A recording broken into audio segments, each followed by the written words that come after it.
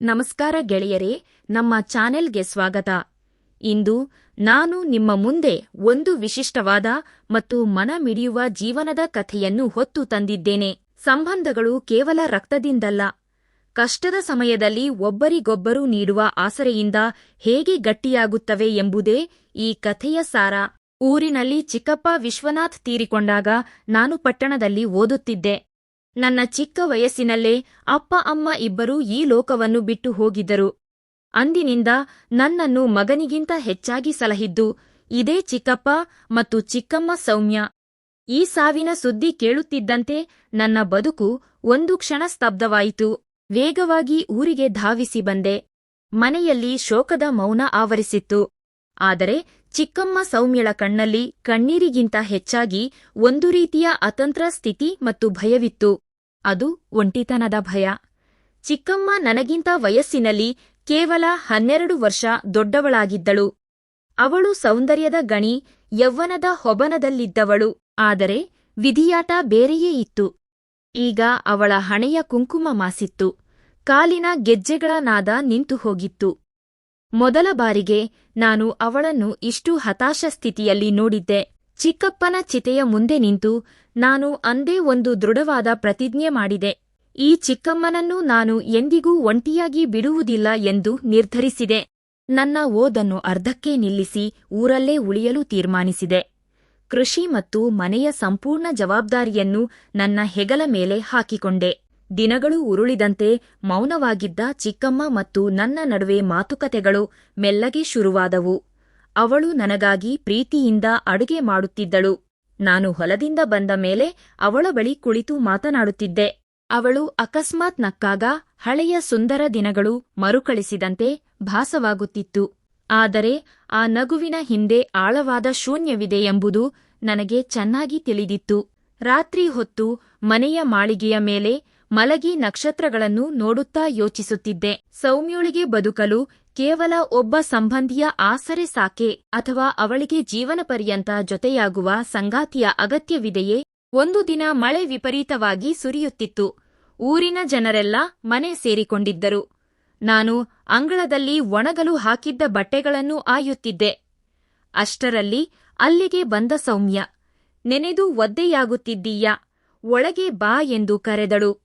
ನಾನು ಒಳಗೆ ಬಂದು ಕುಳಿತಾಗ ಅವಳು ಟವಲ್ ತಂದು ನನ್ನ ತಲೆಯನ್ನು ಪ್ರೀತಿಯಿಂದ ಒರೆಸತೊಡಗಿದಳು. ಅವಳ ಆ ಮೃದುವಾದ ಸ್ಪರ್ಶ ನನಗೆ ವಿಚಿತ್ರವಾದ ಸಂಚಲನವನ್ನು ಉಂಟುಮಾಡಿತು.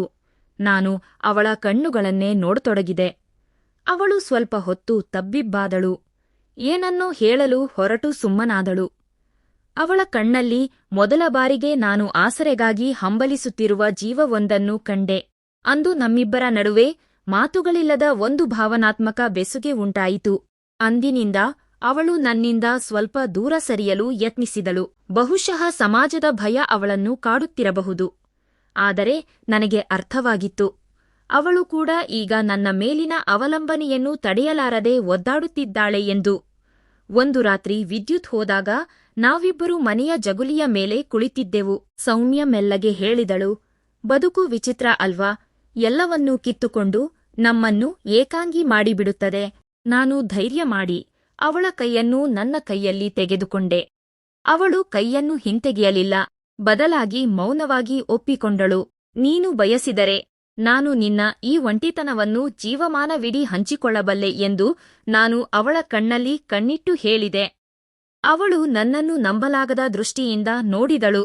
ನಾನು ಅವಳ ಬದುಕಿನ ಸರ್ವಸ್ವವಾಗಬಲ್ಲೆ ಎಂಬ ಭರವಸೆ ಅವಳಿಗೆ ಮೂಡಿತು. ಅಂದು ಅವಳು ನನ್ನ ಭುಜದ ಮೇಲೆ ತಲೆ ಇಟ್ಟು ಮೌನವಾಗಿ ಕುಳಿತಿದ್ದಳು.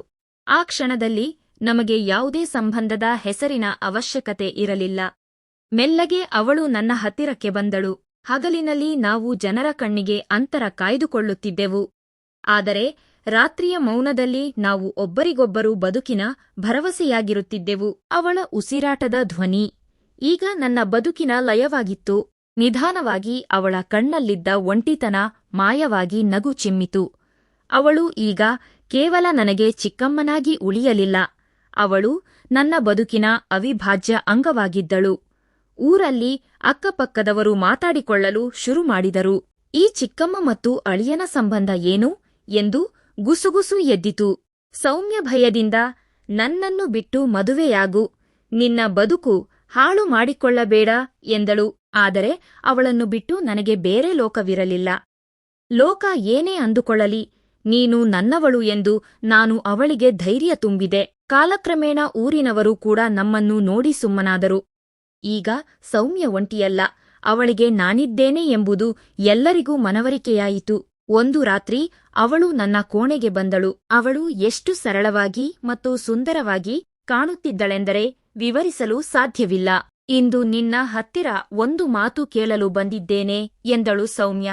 ನಾನು ಅವಳ ಕೈ ಹಿಡಿದು ಹಣೆಗೆ ಸಿಂಧೂರವನ್ನು ಇಟ್ಟೆ. ಇಂದಿನಿಂದ ನೀನು ಕೇವಲ ನನ್ನ ಸೌಮ್ಯ ಮಾತ್ರವಲ್ಲ, ನೀನು ನನ್ನ ಹೆಂಡತಿ ಕೂಡ ಎಂದು ಘೋಷಿಸಿದೆ. ಆ ರಾತ್ರಿ ಅವಳು ತನ್ನ ಮನಸ್ಸಿನಲ್ಲಿದ್ದ ಎಲ್ಲಾ ನೋವುಗಳನ್ನು ನನ್ನ ಮುಂದೆ ಬಿಚ್ಚಿಟ್ಟಳು.